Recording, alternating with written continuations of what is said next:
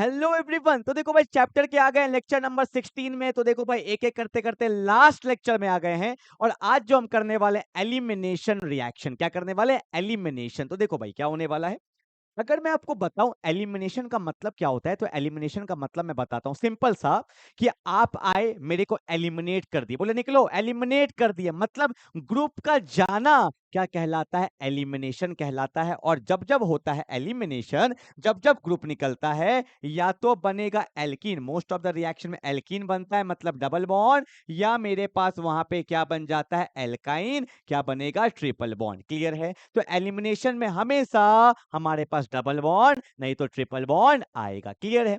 तो दो टाइप का एलिमिनेशन होता है, एक होता है डिहाइड्रोहेलोजिनेशन और एक होता है डिहाइड्रेशन ऑफ अल्कोहल। बट मैं आपको सच्चाई बताता हूं कि ये दोनों टॉपिक हमारा नेक्स्ट चैप्टर का है, जिसका नाम क्या है, अल्कोहल, फिनॉल एंड ईथर। यहां पे हमें इसका मैकेनिज्म भी पढ़ना है, डिटेल कंसेप्ट भी पढ़ना है। पर आप बोलोगे यहां क्यों पढ़ा रहे हैं, क्योंकि एनसीईआरटी में एक दो क्वेश्चन किसका दे दिया है, डिहाइड्रोहेलोजिनेशन का एक क्वेश्चन, मैकेनिज्म भी कुछ नहीं बताया, खाली क्वेश्चन दे दिया है। तो इस चैप्टर में यहां पे इस लेक्चर में मैं आपको थोड़ा सा कंसेप्ट बताने वाला हूं डिहाइड्रोहेलोजिनेशन का, जिससे आप एनसीईआरटी के क्वेश्चंस कर लो बस। पर इसका डिटेल कंसेप्ट कहां आएगा, अल्कोहल फिनॉल ईथर में, जहां पे हम दोनों टॉपिक को बहुत सेपरेटली पढ़ने वाले हैं। क्लियर है। और एक बात लास्ट बताता हूं कि एलिमिनेशन जो हमारे सिलेबस में है ना, वो बेसिकली कौन सा एलिमिनेशन है, बीटा। अभी तो आप नहीं समझोगे, बस मैं बता देता हूं हल्का सा, क्योंकि मुझे हल्का सा बताना है।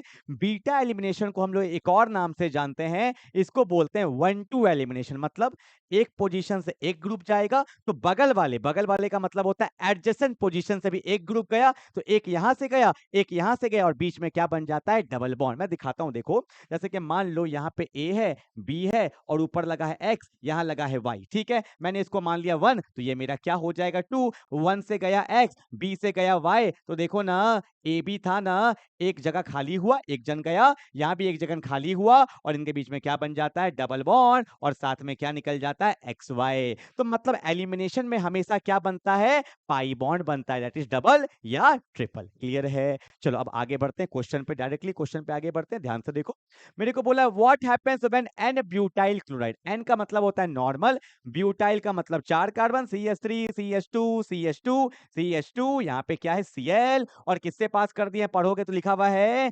Alcoholic KOH। ठीक है, पहचानो कि सर ये तो वही लग रहा है सब्स्टिट्यूशन वाला, के पे प्लस, ओ पे OH पे माइनस, कार्बन Cl पे डेल्टा माइनस, कार्बन पे डेल्टा प्लस, प्लस को माइनस नहीं, वो सब्स्टिट्यूशन है। और सब्स्टिट्यूशन में देखना वहां पे लिखा था वाटर एक्वस मीडियम, कौन सा मीडियम, एक्वस। अगर एक्वस होगा तो सब्स्टिट्यूशन, पर अगर अल्कोहलिक है, अगर कोई भी अल्कोहल ले लिए हैं, तो यही पहचान है मेरा किसका, एलिमिनेशन का पहचान है। क्लियर है भाई। तो ये बात आपको ध्यान रखना है।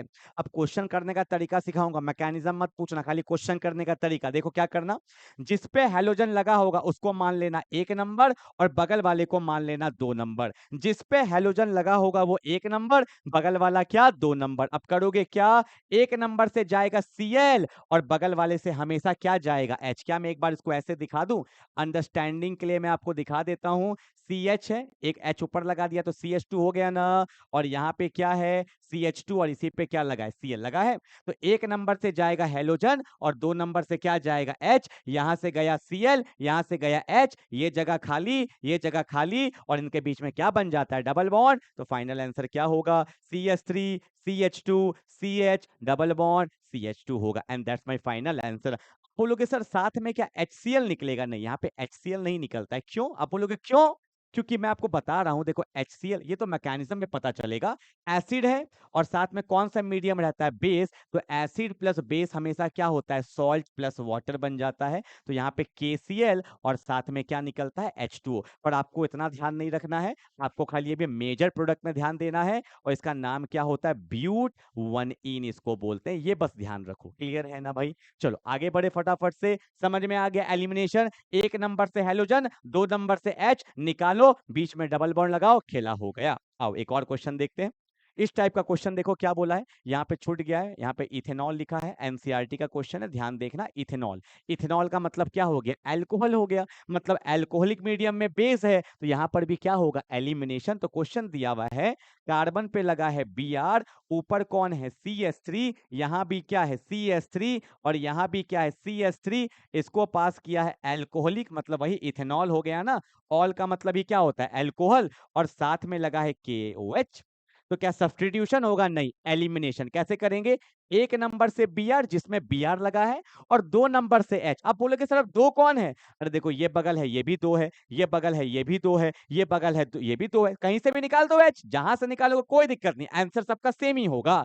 मान लो मैंने यहां से निकाला H, तो यहाँ पे क्या बच गया, CH2 बच गया, ठीक है। फिर कौन है कार्बन, ऊपर कौन है CH3, और यहाँ भी कौन है CH3, यहाँ से गया Br, यहाँ से गया H, 2 जगह खाली है, बीच में क्या बन जाएगा, डबल बॉन्ड बन जाएगा, and that's my final answer. I hope आपको एलिमिनेशन समझ में आ गया होगा। जितना इस चैप्टर में नीड है, एनसीईआरटी का क्वेश्चन दिया था तो मैंने दोनों करा दिया कि आपका छूटे नहीं, पर इसका जो मेन कंसेप्ट है वो कहाँ आएगा, एल्कोहल फिनॉल ईथर में, ठीक है। तो यहाँ पे हमने ये चैप्टर कंप्लीट कर लिया। पर आप बोलोगे सर आपने 1-2 टॉपिक छोड़ दिया है, ग्रिग्नार्ड, डायनोजियम का, सैंडमेयर, गेटर, मैंने आपको बताता हूं कि एनसीईआरटी में दे दिया है बीच में, पर ये सब का मेन कंसेप्ट आगे आने वाला है, जहां हम डिटेल में पढ़ेंगे। ग्रिग्नार्ड एक छोटा सा क्वेश्चन दे दिया एमजी ड्राई ईथर वाला, पर एक छोटा सा देने से क्या फायदा, इसका पूरा कंसेप्ट पढ़ने वाले हैं एल्कोहल फिनॉल ईथर में। तो जो टॉपिक आपको लगता है छूटा, वो छोड़ा नहीं है मैंने, वो कहां पढ़ाने वाला हूं आगे, जहां पे इसका एक्चुअल कंसेप्ट है, क्लियर है। जैसे मैंने विलियमसन ईथर यहीं पे पढ़ाया है ना, क्योंकि SN2 के साथ है, पर बुक में दे दिया नेक्स्ट चैप्टर में।